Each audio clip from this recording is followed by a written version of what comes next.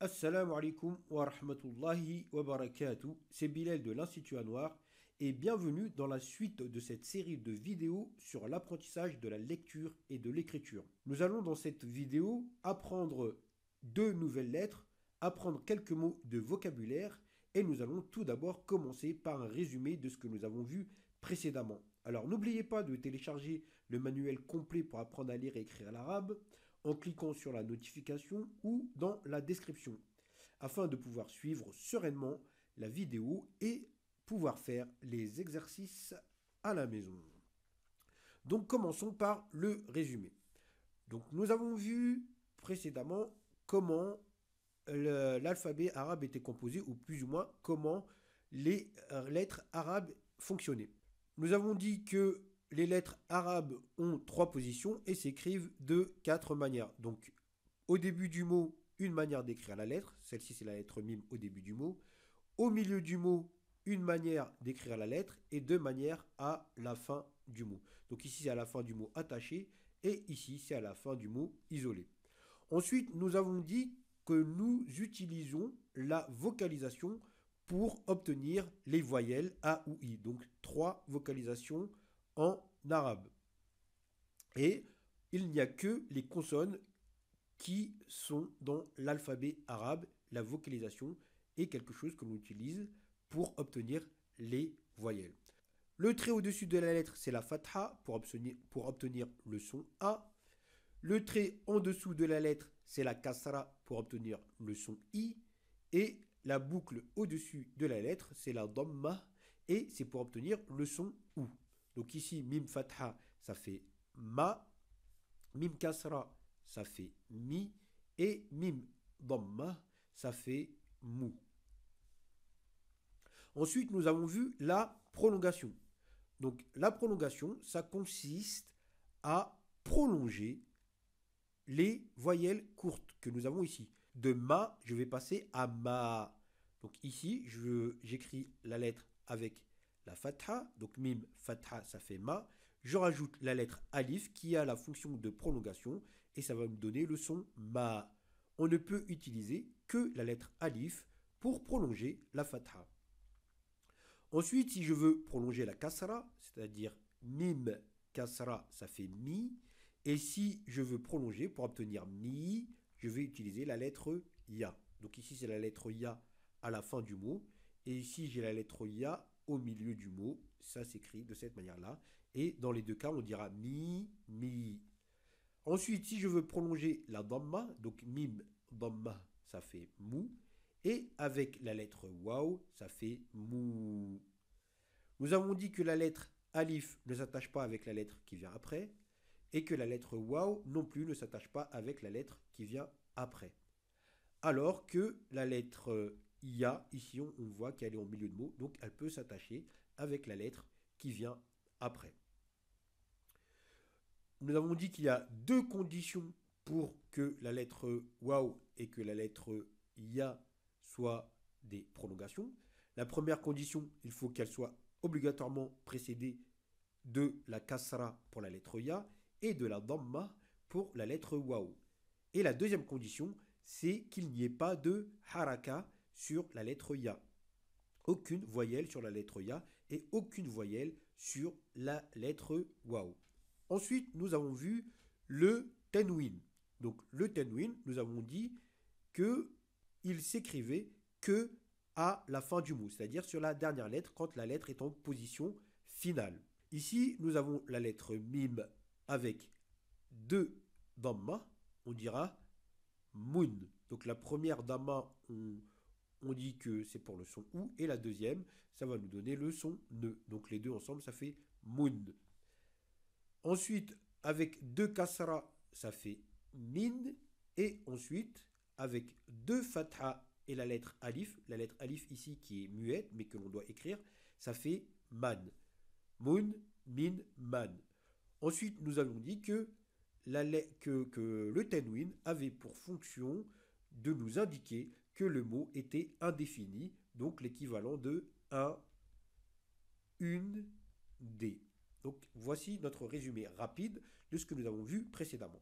Maintenant, passons à la lettre suivante. Donc, nous allons parler de la lettre Ba. La lettre Ba, phonétiquement, correspond au B français. Donc, ici, nous avons la lettre Ba au milieu du mot, et ici, nous avons la lettre Ba en position isolée.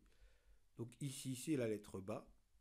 Donc, on garde que la première partie de la lettre, tout simplement parce qu'on a besoin de cette partie-là pour faire la liaison. Donc, on ne peut pas faire la liaison si on a cette partie-là. On ne peut pas faire la liaison si on a cette partie-là. Donc, on va garder que la première partie et le point, il va venir ici. Donc, ici, c'est la lettre Ba avec le point ici. Donc, si je mets la fatha, ça fait Ba. Si je mets la kasra, ça fait Bi. Ici, c'est la lettre Ba au milieu du mot. Donc, ici, on a la liaison qui vient de la lettre précédente. On va reprendre ici notre lettre Ba. Donc, on l'a écrit de cette manière-là. On va l'écrire également ici. C'est la lettre Ba. Et on va mettre le point en dessous. Donc, ici, on a la liaison. Et ici, on a notre lettre avec le point juste en bas. Donc, ici, c'est la lettre Ba au milieu du mot. Une liaison devant et une liaison après. Là, nous avons la lettre Ba à la fin du mot. Donc, la fin du mot attaché. Donc, on voit qu'on a notre forme complète de la lettre Ba, sauf que ici, on a une liaison. Donc, on a la lettre Ba ici. Le point, il est au milieu. Donc, on a la lettre Ba au milieu, au début, au milieu, à la fin attachée, et ici, à la fin isolée, c'est-à-dire qu'elle n'est attachée à aucune lettre. Donc, ici, ça donne Ba, Bou, Bi, Bi, Bou, Ba, Bou, Bi, Ba, et Babi. Ici, la lettre Alif qui ne s'attache pas avec la lettre qui vient après. Et on a la Kasra. Ça fait Babi. Maintenant, la lettre Ba avec les prolongations. Donc, nous avons dit que la lettre Ba ici, avec la Fatha, ça nous donnait le son Ba. Et avec la lettre Alif, ça nous donne Ba. Donc ici, c'est la lettre Ba au début du mot. Et on a rajouté la Alif, ça fait Ba. Ici, on a la lettre Ba au milieu du mot. Donc ici, je pourrais très bien avoir la lettre Mim devant. Mi, Ba. Donc la lettre Ba au milieu du mot et la lettre Alif. Donc ici, on n'a pas besoin d'écrire la Fatha puisque nous avons dit que la lettre Alif est toujours précédée d'une Fatha. Donc nous n'avons pas besoin de l'écrire. Ba Kasra, ça fait Bi. Avec la lettre Ya, ça fait Bi. Donc Ba au début du mot avec la Kasra et la lettre Ya au milieu du mot, ça fait Bi. Et je vais rajouter la lettre Mim, Bima, par exemple. Ici, nous avons la lettre Ba, milieu de mot, avec la lettre Ya. Ça fait Bi. Si je rajoute la lettre Mim ici, par exemple, Ma, Bi, Mou. Et si je rajoute le tanwin, Ma, Bi, Moun. Ici, Ba, Damma, Waw, ça fait Bou. Et là, c'est la même chose. Ba, Damma, Waw, ça fait Bou. Ici, nous avons Ba. Cette lettre-là, on l'appelle Alif Maqsoura. Alif Maqsoura. Et c'est aussi la lettre Alif. À la différence du Alif que nous avons ici, ce Alif-là ne se trouve que à la fin du mot, alors que celui-ci, on peut le trouver au milieu du mot. Il y a certaines conditions, et on verra ça plus tard, c'est pour ceux qui sont plus avancés. Ici, Ba, milieu de mot, Ba, Fatha, ça fait Ba, avec la lettre Alif, ça fait Ba. Ici, on a Ba, Kasraya, ça fait Bi. Donc attention, ici, on voit que la lettre Alif et la lettre Ya, ici, se ressemblent, et c'est les deux points qui font la différence. Alors, dans le Coran, on peut trouver des fois quelque chose qui s'apparente à la lettre Alif, mais en fait, c'est la lettre Ya, comme on le sait, c'est parce qu'il y a une haraka. Donc en fait, les deux points, ça nous permet de faire la différence entre Alif et Ya. Mais ici, comme il y a une haraka, on sait que la lettre Alif ne peut pas avoir de haraka. Donc on sait que c'est automatiquement la lettre Ya. Du coup, on n'a plus besoin des deux points qui nous permettent de faire la différenciation. Ba kasra bi et ba kasra bi. Avec le tanwin, donc ici nous avons la lettre Ba. Ba de fatha, ça fait An. Ba de fatha, ça fait an et le alif ici, il est muet. Ba de fatha avec le alif muet, ça fait ban. Ba de kasra, ça fait bin. Ba de kasra, ça fait bin. Et ba de damma, ça fait boun. Et ba de damma, ça fait boun. Quelques mots de vocabulaire. Donc ici, nous avons le mot Beytoun. Nous avons le mot Beytoun. Donc on voit ici que c'est le bas au milieu, au début du mot. Donc ici, Beytoun pour une maison. Ici, nous avons Mektabatoun. Donc nous avons le bas ici au milieu du mot pour une bibliothèque. Donc nous avons la lettre mim que nous connaissons déjà et la lettre ba ici que nous venons juste de découvrir. Mektabatoun. Ensuite, nous avons ici Kotobun. Kotobun, ça veut dire des livres. Ici, nous avons la lettre ba à la fin du mot, mais attachée, pas en isolé. Kotobun. Ici, nous avons la lettre ta qui fonctionne comme la lettre ba, sauf qu'il y a 2 points. Hasubun. Ici, nous avons la lettre ba isolée à la fin du mot. Nous avons la lettre ba isolée à la fin du mot. Lecture. Baboun. Baboun. En arabe, c'est une porte. Baboun. Ba fatha alif, ça fait ba. Et ici, on a boun, la lettre ba à la fin du mot isolé. Ce mot-là, il a un sens. Biman, ça n'a aucun sens. C'est juste pour s'entraîner à la lecture. Donc, ba kasraya, on a la prolongation. Bi, et ici, on a man de fatha pour le tenwin an. Ici, nous avons boumoun. Boumoun. Boumoun, c'est un hibou en arabe. Un hibou en arabe.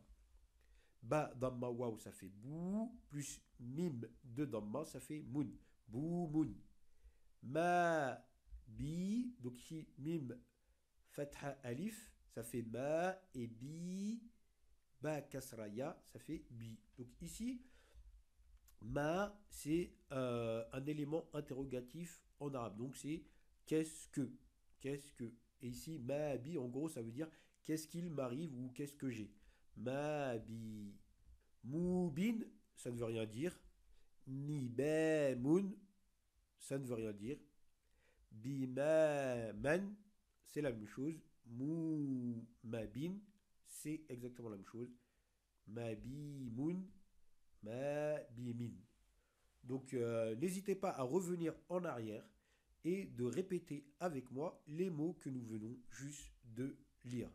N'oubliez pas de télécharger le manuel pour pouvoir faire les exercices. Maintenant, passons à la lettre Kaf. Nous allons écrire la lettre Kaf de la manière suivante. Au début du mot, un trait en diagonale vers la gauche, ensuite un trait en diagonale vers la droite et ensuite un trait horizontal vers la gauche. C'est la lettre Kaf. Donc la lettre Kaf s'écrit de la manière suivante au début du mot. Ça, c'est la lettre Kaf. Donc la lettre Kaf correspond phonétiquement à la lettre K en français. La lettre Kaf au milieu du mot, ça va être exactement la même chose. Donc ici, par exemple, j'ai la lettre mim, j'ai ma liaison ici, et je vais venir écrire la lettre Kaf exactement de la même manière. Donc j'ai la liaison à droite ici, et j'ai la liaison à gauche. Ça, c'est la lettre Kaf au milieu du mot. La lettre Kaf à la fin du mot s'écrit de la manière suivante. Donc ici, j'ai ma liaison. Donc ça va être la lettre Kaf à la fin du mot attaché. Et je vais faire un trait vertical vers le bas. Et je vais remonter un petit peu ici. Et je vais dessiner une sorte de petit S à l'intérieur. Et ça me donne la lettre Kaf à la fin du mot. La lettre Kaf à la fin du mot isolé, c'est exactement la même chose, sauf que je n'aurai pas la liaison. La liaison ici, elle va disparaître. Donc ici, j'ai la lettre Kaf O à la fin du mot en position isolée ou en position finale. Ici, maintenant, nous allons voir la lettre Kaf avec la prolongation. Donc, Kaf, Fatha, Alif, ça fait Ka. Kaf, ici, c'est la lettre Kaf, milieu de mot, puisqu'on a la liaison ici, à droite et à gauche. Donc, Kaf, Fatha, Alif, ça fait Ka. Kaf, Kasra, Ya, ça fait Ki. Kaf kasra ya, ça fait qui. Donc ici, c'est kaf début du mot, puisqu'il n'y a pas de liaison. La lettre ya, milieu de mot. Kaf kasra ya, qui, avec la lettre kaf, milieu de mot, et la lettre ya, milieu de mot également. Kaf damma waw, ça fait kou. Kaf damma waw, ça fait kou. Kaf fatha alif maqsoura, ça fait ka. Ici, ka. Kaf kasra ya ki. Kaf kasra ya ki. Avec le tenwin maintenant. Donc, nous avons la lettre kaf ici avec les deux fatha, ça fait kan, et la lettre alif muette. Kan, kin, kin, kun, kun. Ici, nous avons la lettre kaf au début du mot. Karim, Karim. Ici, c'est la lettre kaf au début du mot. Ici, nous avons la lettre kaf au milieu du mot. Mektaboun, Mektaboun, c'est un bureau. Donc ici, la lettre mim que nous connaissons, la lettre kaf, la lettre ta dont nous avons parlé tout à l'heure, qui est exactement comme la lettre ba au milieu du mot, donc la lettre ba. Sauf que, en fait, avec la lettre ta, nous avons deux points en haut. Donc de bas, j'enlève le point en bas et je mets les deux points en haut et ça me donne la lettre ta. Mektaboun, un bureau. Kitaboun, un livre. Kitaboun, un livre. Ici, nous avons samakoun. Donc samakoun, ça veut dire poisson. Et ici, nous avons la lettre kaf à la fin du mot attaché. Samakoun. Kouban, Kouban, c'est un verre. Kouban, c'est un verre en arabe. Bakin, c'est quelqu'un qui pleure. Bakin. Baka, c'est le verbe pleurer au passé, ou plutôt il a pleuré au passé, ou l'infinitif du verbe pleurer. Baka. Kama. Koumun. Bikuma. Kam kouban. Kam, on l'utilise pour dire combien. Kam kouban, donc ici ça veut dire combien de verres. Bikam, on l'utilise également pour dire combien quand on veut acheter quelque chose. Par exemple, si on dit bikam hada, combien ça coûte. Ma bika, qu'est-ce qu'il t'arrive à toi? Ma bika, on a dit tout à l'heure que ma était utilisé comme un élément interrogatif. Donc c'est ma bika et kitabun. Kitabun. Pour faire les exercices, téléchargez le manuel en cliquant sur le lien dans la description. Alors, résumé rapide de ce que nous avons vu. Nous avons vu trois lettres. La lettre mime au début du mot, milieu du mot, fin du mot attaché et fin du mot isolé. La lettre mime correspond au M phonétiquement en français. Nous avons vu la lettre ba, donc la lettre ba avec le point en bas, la lettre ba au milieu, la lettre ba à la fin du mot attaché et la lettre ba à la fin du mot isolé. Ensuite, nous avons vu la lettre kaf, la lettre kaf au début du mot, la lettre kaf au milieu du mot, la lettre kaf à la fin du mot attaché et la lettre kaf à la fin du mot isolé. Nous avons vu la fatha pour le son A, donc mim fatha ça fait ma. Nous avons vu la kasra pour le son I, ba kasra ça fait bi, et nous avons vu la damma pour le son OU. Kef damma ça fait kou. Nous avons vu la prolongation, donc mim fatha alif ça fait ma, ba kasra ya ça fait bi, et kaf damma waw ça fait kou. Nous avons vu le tenwin, donc mim de damma ça fait moun, mim de fatha plus la lettre alif qui est muette ça fait man, et ba de kasra ça fait bin. Ba de kasra ça fait bin.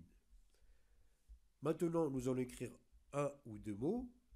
Mek taboun, on a dit que ça voulait dire un bureau. Mek taboun. Baboun, ça veut dire une porte. Nous avons vu Koubun pour un verre. Et qu'est-ce que je peux vous rajouter encore sur les mots que nous avons vus aujourd'hui? Bon, je vais vous rajouter un mot avec la lettre ta, puisque la lettre ta qui est très semblable à la lettre ba. Donc ici c'est tout, tout, on dit framboise. Voilà ce qu'il en est pour aujourd'hui et j'espère que ça vous a été utile. Barakallahu fikum wa assalamu alaikum wa rahmatullah.